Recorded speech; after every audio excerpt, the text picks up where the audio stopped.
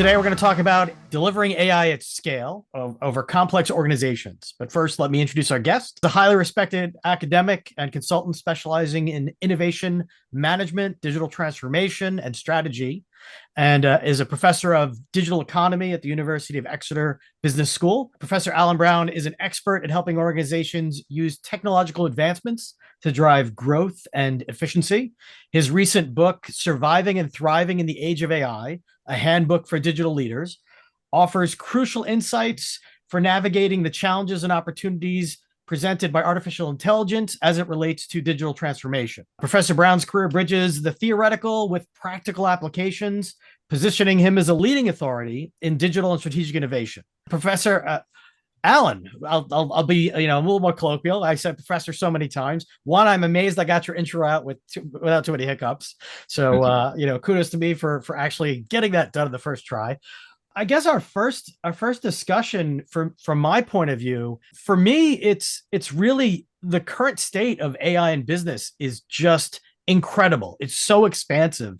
And for me, where does a leader start? How do they even think about this? Thanks, Ken. You're right. It's such a big topic, and businesses are scrambling. Let's face it.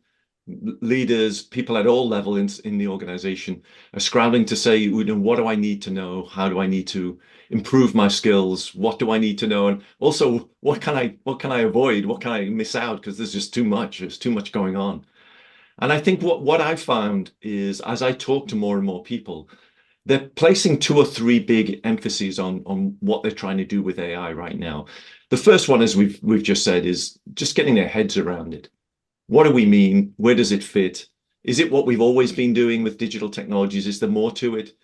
And I think some folks have got a very narrow definition of AI. It's to do with large compute power and neural networks and trying to do some things with new kinds of algorithms and technologies that have not been around before. And they're very specific in what they mean by it. And they can give you some real examples, and they can talk to you about the mathematics and the statistics and so on and so on. But there's many more folks for whom AI is sort of the next step in our digital journey. It's trying to get more out of the data we've been trying to collate and manage over the last few years. It's trying to improve the intelligence of how we look at that data to get more meaning out of that data. And it's trying to organize ourselves so that we can fit that knowledge and intelligence and data streams into the way of working, which we know is a struggle right now for most organizations. So for me, that's the first big thing, is just trying to get your heads around what we mean and where it fits into a lot of ongoing activities that you've got inside your organization. I think that makes a lot of sense. And to your point, there are so many different ways that people think about AI, right? For some people who are highly technical, it's all about these machine learning models that are trained on how many parameters and what type of architecture and all of those things. For other people, it's AI is ChatGPT, or AI is whatever the end user application looks like that they're interacting with. And there's probably an entire spectrum in between. So, my question for you is kind of twofold. Number one, how do you define AI, or how do you think about AI? And number two, does it matter if you and me and Ken all think about AI the same way? Does it matter if the entire world thinks about AI the same way? Or do we need to align on certain emerging themes? Do we need to, what level of kind of sameness do we have around our thinking of what AI is and what it is not? Yeah, some great comments, Nick. I think there's a couple of quick things. For me, I take a relatively broad view of AI. Like many of us, I've been working in this digital transformation domain for a couple of decades now, and we've been using these digital technologies to do some of the things we know are necessary, right the way through from the original digitizing, moving things into a digital plane, right the way through to, but we've got to start to automate using that digital technology and leverage the information we have in better ways to make better decisions, and using that in order to drive change in our business processes so we can be more efficient, and so on and so on. So I view AI very much as an improvement in our way of being able to do those things. And yes, there are some very interesting specific things that we couldn't do before.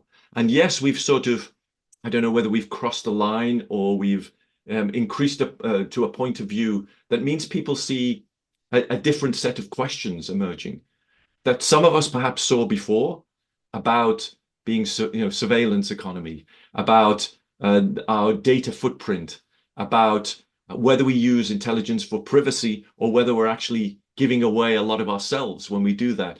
Some of us have been seeing those questions. A lot of people haven't. And I think what we've seen in the last 6 months, a year, 2 years, is a lot of people, the light bulb's gone on and they've said, oh, that's what that digital journey is all about. That's why you were starting to get concerned about cybersecurity and your data footprint and digital identity and privacy online. I'm beginning to see that now as I see some things that touch on my world. So I think for me, that's the first part. The second part of your question was, does it matter we disagree or have a different view, or should we all align?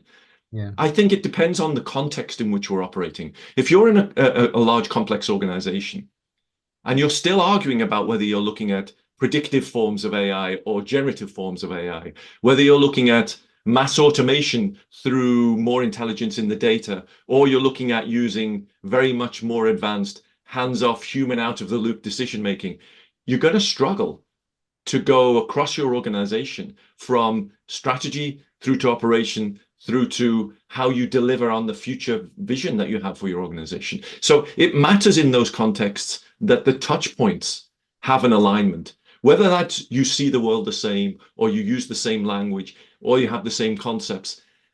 That's not really the critical question. The question is, can we align and synchronize so that we can make sure that we're more synchronized across that process chain, that knowledge chain, that information decision-making chain? That's actually interesting that you say that, because, obviously, to Nick's point, from an individual user point of view, we know right now with the world of generative AI that I can have AI write me a letter, draw me a picture, generate a presentation, do all sorts of things, right? And the basic tasks AIs like, play music or do some home automation. From a business point of view, there's lots of applications, use cases that are getting pretty prevalent, from the call center to customer experiences, employee experiences, down to even automation and what we call AI ops, AI operation. To your point, is now it's becoming so prevalent. How do businesses really weigh the use and prioritize? How do they? It's such a broad spectrum that they can apply across the organization and the experiences. How do they formulate these plans? I mean, how do you prioritize that? For me, there's two pieces to this, and what I was puzzling through myself in the book that I wrote was trying to extract, I guess, two big ideas. The first one is, as leaders wishing to be more digitally aware and digitally effective, we want to try to think about this as the next step in our digital transformation.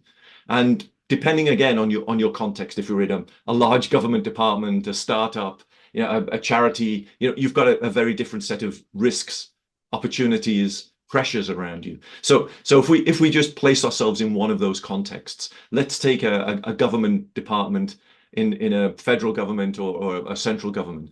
When they're looking at the use of these technologies across a whole swathe of issues, from back office automation and efficiency, right the way through to delivering more effective client-facing services, they're looking at all of this and they're saying, where can we introduce these technologies in an effective way?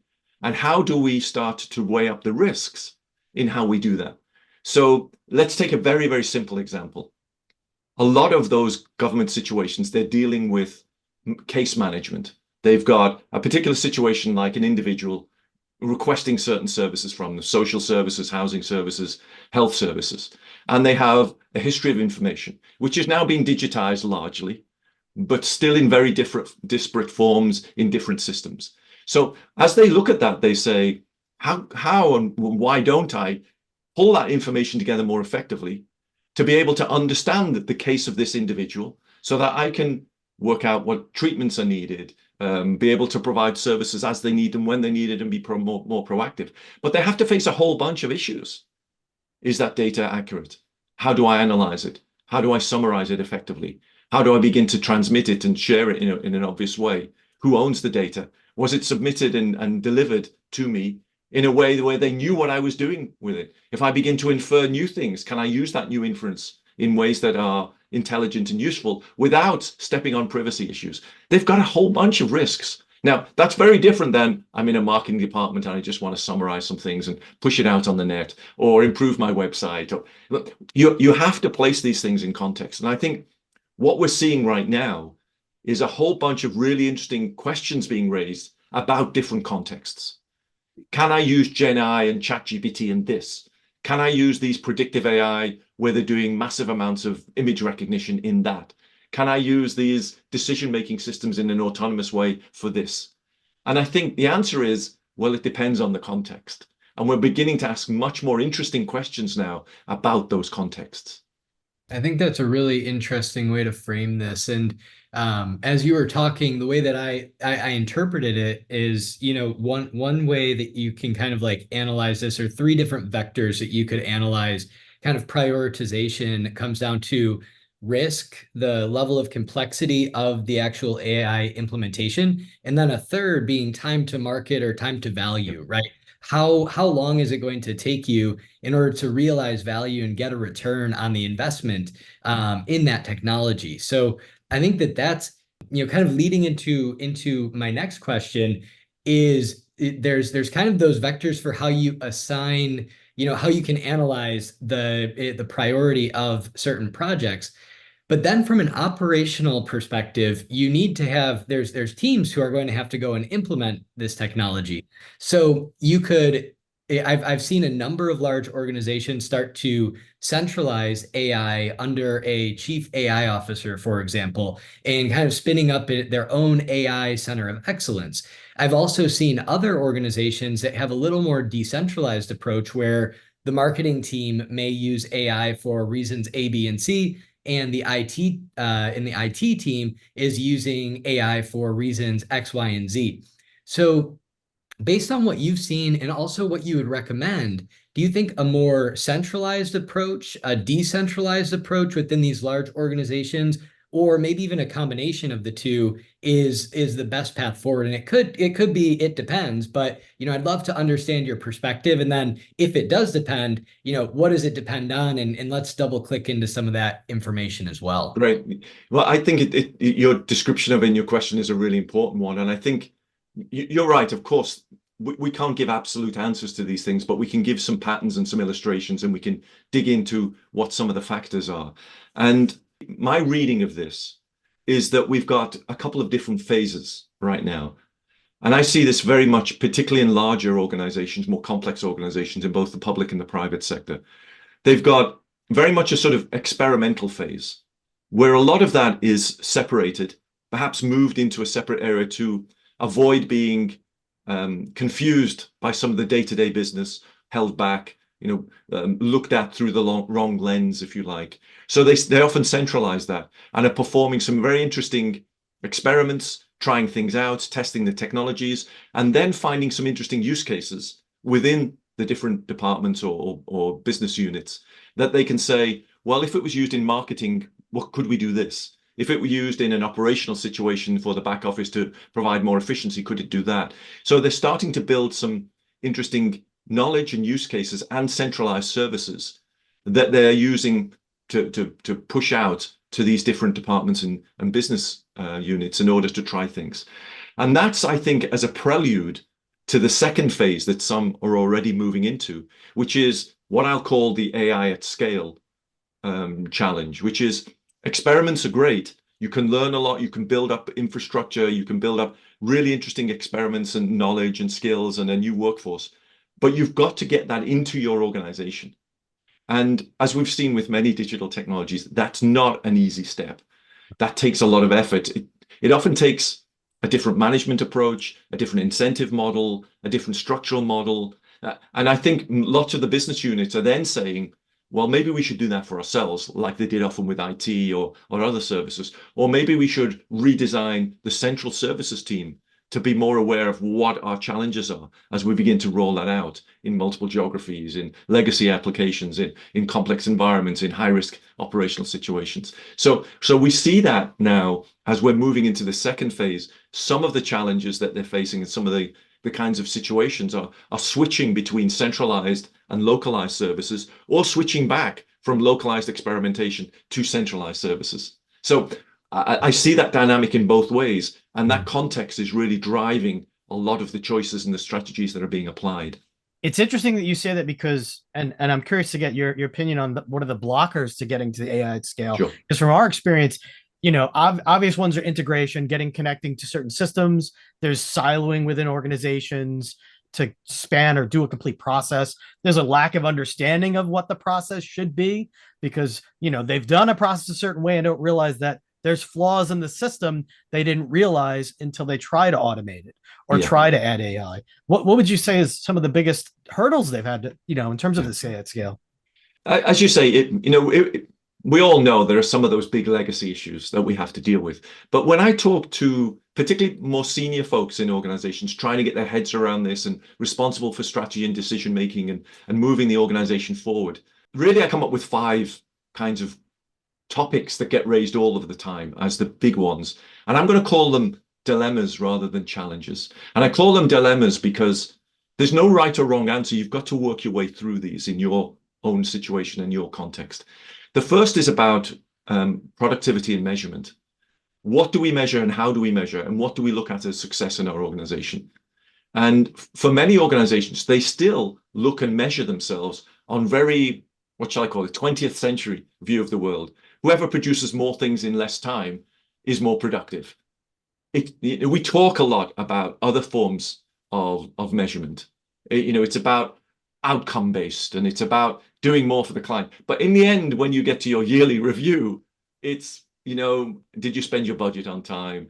How many people you got in your organization? Did they give you a tick or a cross? It's very traditional measures. So we've got this first dilemma, which is you're pushing yourself and your organization to new ways of thinking of delivering value, yet you're measuring yourself and your organization on traditional ways. How are you going to deal with that dilemma? You can't suddenly upend everything you've been doing in that measurement productivity view. On the other hand, that's stopping you from moving forward. So the first one is that. The second one is that value one. What do you value? How do you describe that value? What does value mean to you and the rest of your organization? And we maybe can have a little discussion in a moment about what value means in the AI world. The third one, of course, you get into ethics because you're starting to get into situations where you are using data and intelligence and autonomous systems in different ways. Again, depending on your context, you could be getting into very tricky waters about how you're making decisions on information that's been provided over a long period of time. And these could be relatively straightforward hiring and firing decisions. There's all sorts of things we can do right now to add intelligence to whether somebody's engaged in the work they're doing, whether they're the right person to bring into because of their skills into a project that we do. The question is, does that break union regulations? Does that break company regulations? Is that ethical and moral? We're placing ourselves in very tricky spots right now. So that's the third. The fourth is what I call leadership skills. Let's take an obvious example. Let's assume most senior leaders in organizations of any scale, let's say they've done an MBA at a good school 10 years ago. What did they learn then that is now valuable in this world? Is that helping them or holding them back? Are they viewing leadership and the style of leadership and their expertise and their knowledge of the organization as a support that helps them move forward, as an anchor that holds them back? And it isn't clear to me often that having an MBA at a good school 10 years ago is the right thing for you to drive as a leader now. So what is it? How do we challenge that? How do we educate ourselves? What is it that leadership means? And the final one, just to finish all 5, is really a human one. There's a lot of people feeling disenfranchised, dehumanized by what's going on, feeling worried about their job, their situation, what their skills were, whether they've got a career in the next few years. There's a lot of people who've been burned out using digital technologies. You can talk about COVID, you can talk about other things, but whatever it is that sparked that, we've got a lot of people right now on the edge, and absenteeism is up, disengagement's up, people feeling that they're being pressured and, let's face it, bullied at work because of the digital technology and its implication on them as humans. And we're only just beginning to deal with that. So in my view, we've got at least these 5 issues that are holding us back when we dig into beyond it's legacy, it's complex, we're in a volatile environment, we're all trying to make money, but we want to be good in doing it. Yeah, when you get below the surface, they're the 5 conversations I have. Wow. Yeah, that's I love that. And I love that so much. I want to just repeat so that everybody has a concise 1, 2, 3, 4, 5, what those 5 dilemmas are. So those 5 dilemmas were productivity and measurement, Yeah. value, Yeah. ethics, leadership, and the human dilemma. So I think Yeah. that those are really important for everybody to take away from this.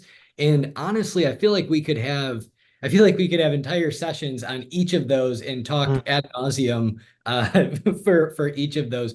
Where out of those 5, where would you want to double click into, and what do you feel is like maybe the most, your most burning desire to, kind of articulate for the audience and make sure that they have that as also kind of a key takeaway and something that we can use to move into our closing statement? Well, I think that's great. And what I often do, I work with often leadership groups in organizations. And as always, one of the most interesting things is to work with the group around those 5 themes and see how they feel individually and collectively. And it's very interesting that often the balance is different. A head of HR may see it one way, a head of operations and IT may see it a different way. A head of some business unit that's responsible for sales in a region may see it in a different way. And we have those conversations both as individuals, and we try to have those conversations collectively to say, how do we prioritize these? We can't do everything at once. So where do you see what we should be focused on for the next 6 months, for the next year, and beyond that? And often a similar sort of pattern arises. So pretty quickly they say, oh, it's about ethics and people. Our company is completely centered on helping our customers and making sure our employees, great. That's really, and then very soon it drifts into, yeah, but if we're not measuring effectively on our work, both what we're delivering and on our internal successes, we're not going to be helping our people to be successful. In fact, we're creating more tension. And we can only do that if we really understand our value model. What is it that we're creating value from and for? Who's getting that value? How is that value distributed? What does that mean for our new business models and our new way of looking at the world? And we can only get to that if we start to deliver on a new way of leading our organization forward. So we tend to have a sort of pathway through that. And it's that conversation and that, what can I call it? That dialogue or that storytelling that I think becomes really interesting in organizations, that sits below their, we're going to be the best innovative organization and AI is at the heart of everything we do. Once you get that story underneath, organizations start to say, okay, I do see a way forward here. I do see the kinds of things we need to invest in to move forward at the right pace. Well, it's interesting because from me hearing this, it's, AI at scale is more than just a digital transformation. It becomes Absolutely. almost an organizational, cultural, and mindset transformation is necessary. You have to really think about this thing on a human level, on a technology level, on just an organizational process level. Yeah, absolutely true. And I think we've seen that with other digital forms of transformation when we see what those technologies like IoT and other sorts of things that we've been looking at and working on for a while, what they've done for us, but also what challenges they've raised for us. We can take a simple example. If we're wearing some sort of digital wristband that tells us something about our lives and what we're doing, and you can argue that's telling us something about productivity, about stress levels, about my work rate. And a lot of organizations started to introduce some sort of wearable technology as a support for their organization. We want to anticipate people who are reaching the edge of their capability or starting to be overly stressed so that we can support them. And then often that became, yeah, but aren't you monitoring me? Aren't you managing everything I do? Aren't you now saying, hey, you haven't moved your arm for the next for the last hour. You can't be working productively. We started to get into these very strange conversations, which Right. meant that we started to do all sorts of very strange things about what we measure and how we measure and what its implications are. And that's just one simple example of a digital technology making us rethink key aspects of who we are, what we are, how we work, what the workplace is, how we interact, what productivity and support means in an organization that's quite complex. Holy cow. I mean, it to Ken's point and to your last point, it does seem like something where you really have to, there's a holistic mindset shift, a holistic, kind of almost like shifting from an old model of how you operate a business to a new model. But in that shift, there are so many considerations.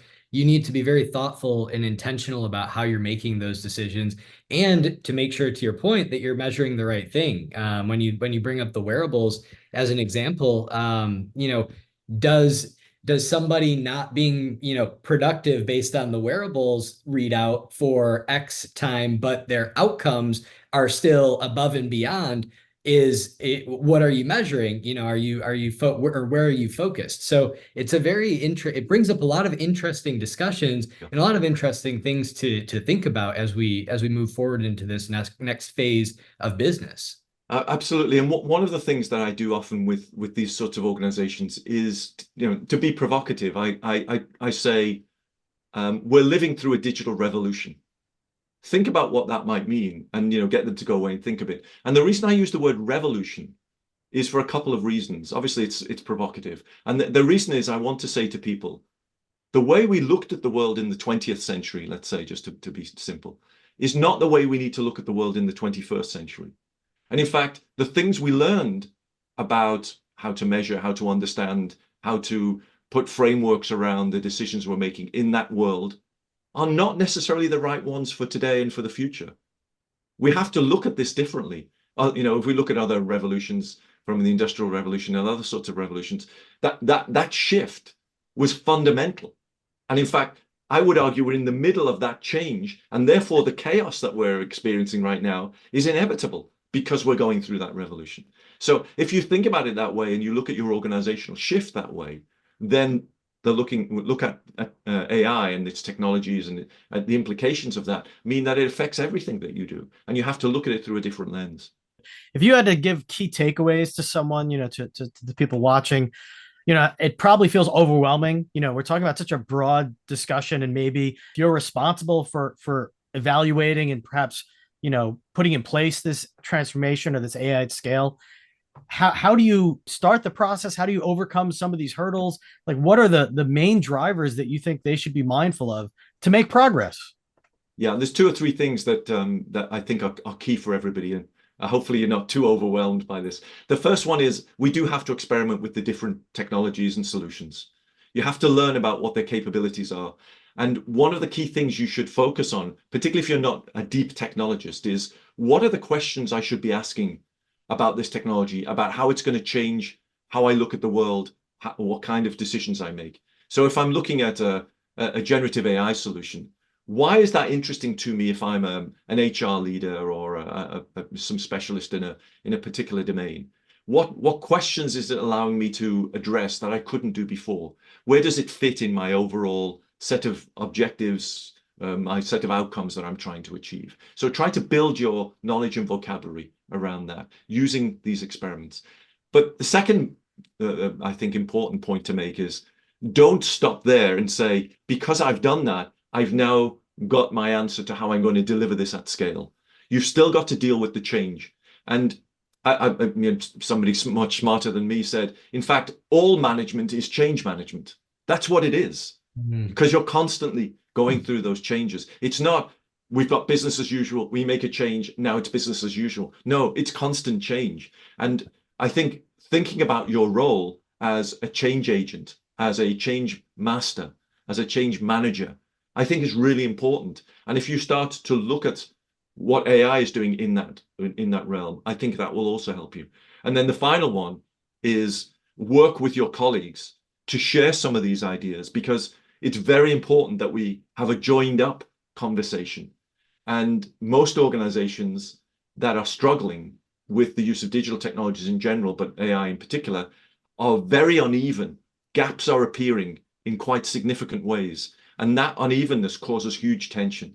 So the more you can do to share some of this knowledge, you don't always all have to have the same view, but where those touch points occur, you do need to share some knowledge and experience and concepts. Thank you so much. That was wonderful, a wonderful roundup with some key takeaways. And thank you so much for joining us today. This has been a really, really intriguing and thought-provoking discussion. Very much appreciated. Thank you. Yeah, I know your book is available on Amazon and other places, I'm sure, where books are sold.